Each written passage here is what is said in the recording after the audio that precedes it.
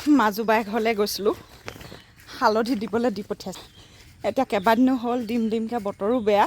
অৱশ্যে মই নাজানো দেই, হালধি দিবলৈ মায়ে কৈ পঠিয়াইছে বোলে মানুহ এটা লগাই দিবি, কেইখনমান কৰাবি, তাৰপিছত হালধি দিবি, জাবৰ দিবি, মাটি চপাই দিবি, হৈ যাব। ক'তনো আকৌ হালধি দিবলৈ মানুহ পায়। আজি নিজে এই লাইন বনাইছোঁ, এলাইন দুলাইনকৈ হ'লেও বোলো এইবাৰ হালধি খেতি কৰিহে আহিম। আমাৰ মায়ে কয় এইবোৰ মায়ে ৰুইছিলে বোলে, এইবোৰ তামোল এখন বাৰী, আমি যোনখন বাৰীলৈ আহিলোঁ এখন তামোল বাৰী আছিলে, এইবোৰ মায়ে ৰোৱা। তোৰ পৰা তামোল পুলি আনি, তোৰ পৰা তামোল পুলি আনি ৰুইছিলে, টেঙা গছ ৰুইছিলে হেনো, যি গুটি পালোঁ মানে মায়ে হেনো গুজি থৈছিলে, মানে সাজি থৈছিলে দেই। গতিকে শাহুৱাই কিমান ধুনীয়া বাৰী একদম কৰি থৈছিলে। এইখন ঢেৰ তামোল আছিলে, খালি আমি ঘৰ বনাবলগীয়া হোৱাৰ পৰা কাটিবলগীয়া হ'ল। আৰু এতিয়া এইখন আমাৰ বাৰী, এইখন আমাৰকৈ মানে উপজনৰ বাৰী হৈছে আৰু বাঁহ বাৰীখন।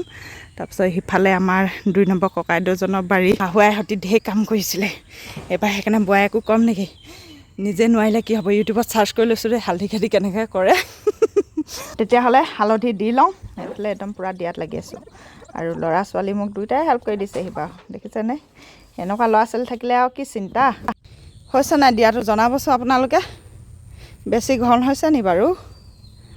মাজৰ যে সেইটো এফুটমান থৈছোঁ দেই, পিছত মাটি আকৌ চপাব লাগিব বুলি এফুটমান থৈ দিছোঁ। অৱশ্যে প্ৰথম দিছোঁ যে সিমান অভিজ্ঞতা নাই, গতিকে দি আছোঁ আৰু। দেখিছ নাই, মাকে কাম কৰিলে ল'ৰা ছোৱালীও আহি যায়। অথনিৰ পৰা মোবাইলটোকে চাই আছিলে, এতিয়া ধুনীয়াকৈ পাত দি দিছেহি। মই পাত দিবলৈ দৰকাৰ নাই, ইহঁতে দিব। আৰু এতিয়া দেউতাকো পাইছেহি, গতিকে যাওঁ পানী চানী দি লওঁ, এইখিনি পিছত ৰুমহি। আৰু এতিয়া ভিডিঅ'টো ইমানতে এৰিছোঁ দেই, বাই বাই।